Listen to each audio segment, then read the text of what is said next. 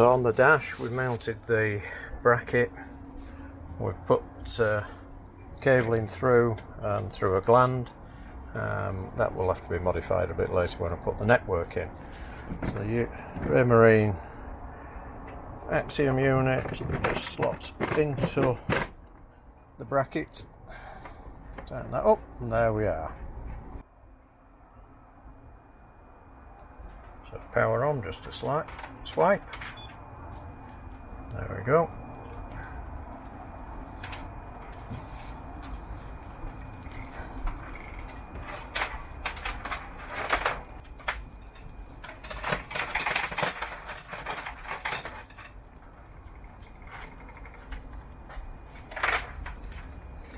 And there's the welcome screen. So we've got chart, radar, the dashboard, which has got various navigation instruments in, or we can have a different rolling road. If I had the tanks set in, I could do speed over ground depth if I was using by data, which I'm not just yet. Single data at a time. If we had the engine set in, we could, or the various fuel tanks. Again, not all set up, so best just on navigation.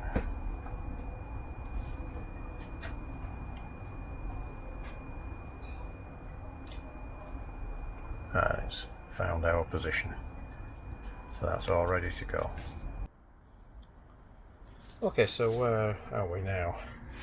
I've got the quite pleasant surprise. I've got the C-Torque cable plugged into the back of the auto helm, and it actually is the right connection. I thought I might have had to modify that a little bit, but no, that's gone straight in. So that cable is now fed through the gland.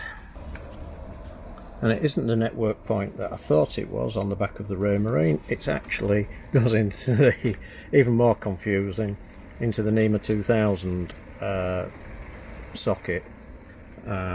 So that's the converter cable there, going down through that gland, and everything else is up underneath. And what I have to do now is make sure I've got enough length on both cables and find a suitable point for the junction box. So let's try and get a little bit of clarity on this networking on the back of the Raymarine Axiom.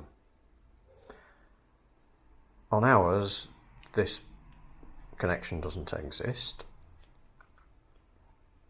This connector is the power and the NEMA 2000, which is actually C-Torque NG.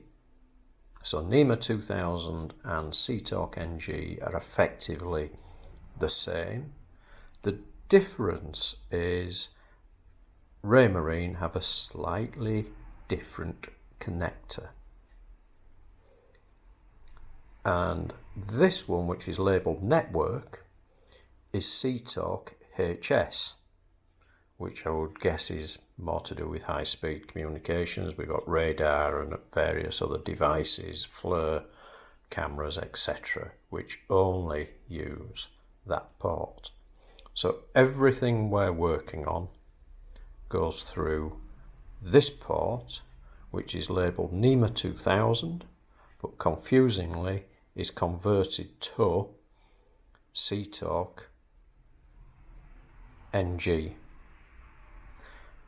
And you need to use C-Torque NG connectors. So that's the C-Torquing converter, so that's where the C-Torque has to come into. That's the run back up to the Raymarine Axiom there, that's already plugged in. That came with a short cable. Good job, because the one that came with this isn't quite the right one. But that will come in handy for something else. And then the other is for the power into the converter. And so here is the C-Torque 1 cable, and that has to go into there, and then we have to find where I'm going to put this. It's not too bad. My power takeoff's on here. I've got a positive takeoff there, and I've got ground somewhere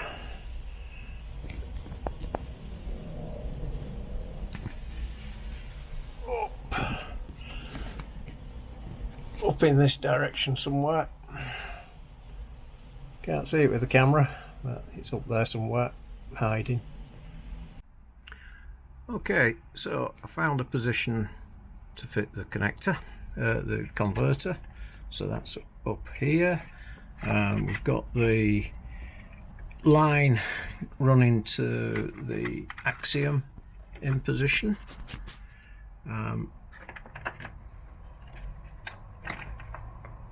This, I can find the right way around for it. That's the, can't do it left-handed, there we go. That's the line from, so that's the line there now from the auto helm, the C-torque, that's in position. And so I've just now got to sort out its power, the power for the network and power for the converter. We've got terminators on either end because we don't have any other networking, but what if we increase this network, that's where the backbone cable would come in. So you take the terminator out of there and it goes to the other end of whatever is on the backbone. So we just had to modify the end of the power cable, which is just strip off. We'll shorten the positive, shorten the two negatives, the black and the shield, to go on, and then keep the positive as a longer line. I'm just going to put some heat shrink onto that over the end there, just to seal that. And I have to put an inline fuse in as well on the positive, so we'll sort that out. And there's the last connection made. We're connected to the power. What we do have is power to the network. So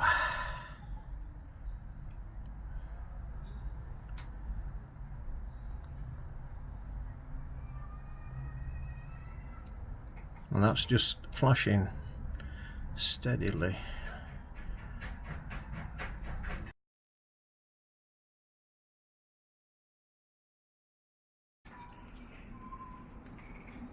Okay, so things are never quite as simple as you think they're going to be, but I've managed to get depth. We don't have a sonar transducer, we have a depth transducer. So I have now got depth on the chart, but I've had to do a little bit of jury rigging at the moment. That now needs to be made better. Not quite sure what I'm going to do to that at this stage, but we should be able to make something up that gives a better connection and safer connections. But the whole data is now working. Okay, to finish it off correctly, we've now heat shrunk, joined the data cables together using the correct connectors, and then heat shrunk over the top. So got rid of that jury rig bit, so we can put it all back together now. So let's see if it still works. Oh, well, the Raymarine's powered up.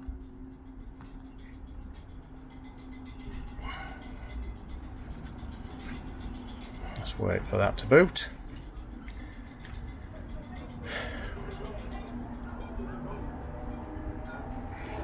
We've done all the inevitable upgrades and updates.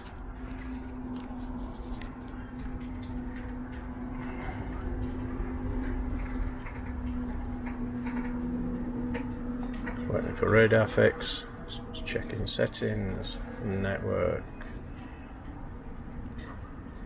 sources, depth.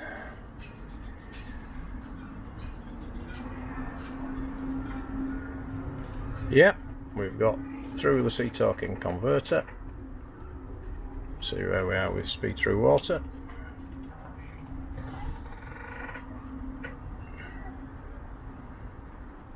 And that's got the sea talk converter as well. There's a chart. And we have the depth. So that's all good. And what that will enable us to do with the new multifunction display is just gradually build up and put additional devices in, or renew devices with NEMA 2000 stroke C-Talk NG outfeeds, because the boat is 30-year-old and a lot of the electronics are 30-year-old. So it's an ongoing project, but I'm pleased we've got that done. So once again, thank you for watching. Please consider subscribing, it does help. And click the like button. And don't forget the little bell icon as well, just to remind you when we put a new video up. We have plenty of projects ongoing on board Ava Grace.